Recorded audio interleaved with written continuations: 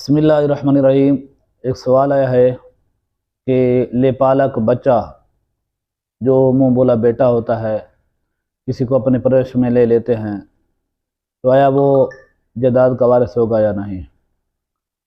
तो उसका जवाब यह है कि अल्लाह रब्बुल आलमीन ने वाज़ेह तौर पर कुरान मजीद में इरशाद फरमा दिया कि मा जअला अदइयाकुम अबनाअकुम ज़ालिकुम कौलुकुम बिअफ़वाहिकुम वल्लाहु यक़ूलुल हक़ व हुवा यहदिस सबील उदऊहुम लिआबाइहिम हुवा अक़सतु इंदल्लाह फ़इन लम तालमू आबाअहुम फ़इख़्वानुकुम।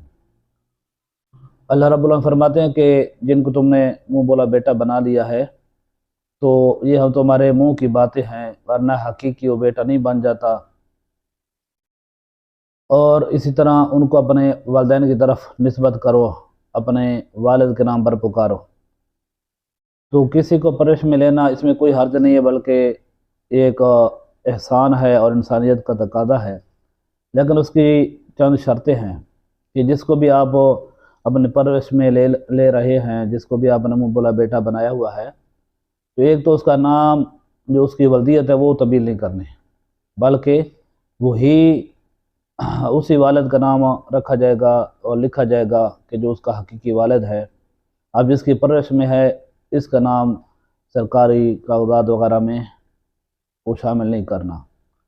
दूसरा ये है कि बच्चा उसकी जायदाद का वारिस नहीं होगा, क्योंकि उसका बेटा नहीं है हकीकी, उसकी जायदाद का वारिस नहीं होगा। इसलिए बाद में फितने फसाद से बचने के लिए हो सकता है कि इस वालिद की फौतगी के बाद इसके भाई लोग वो केस करा लें और फैसला इस बच्चे के ख़िलाफ़ आ जाए कि ये तो बिल्कुल वारिस नहीं है, किस चीज़ का हकदार नहीं है। तो उस फितने और उस ख़राबी से बचने के लिए अपनी ज़िंदगी में ये आदमी जिसने उस बच्चे को अपने परवरिश में लिया हुआ है तो उसको तोहफ़तन कुछ न कुछ तरके का जो है ना मालिक बना दे, और तीसरे हिस्से में जो है ना कुल तरके के तीसरे हिस्से में इसके लिए वसीयत भी जारी कर सकता है। इस तरीके से जो है ना उसको हिस्सा मिल सकता है, वरना वो वैसे जायदाद का हकदार नहीं है।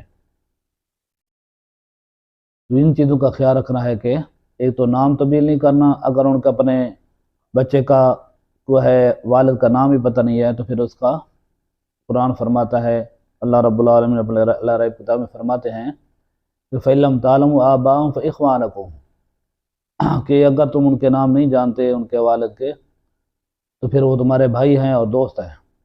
तो मतलब क्या है कि फ़ुक़हा का करम फरमाते हैं किसी बच्चे के वालिद का नाम याद ना हो तो उसकी वल्दियत की जगह अब्दुल्ला का लफ्ज़ लिख दिया जाए। एक ये है, दूसरा विरासत में उसका हिस्सा नहीं बनता। और इस तरह किसी को मुंह बोला बेटा कहने से वो बेटा भी नहीं हो जाता, किसी मुंह बोली बहन को बहन कहने से वो बहन नहीं बन जाती।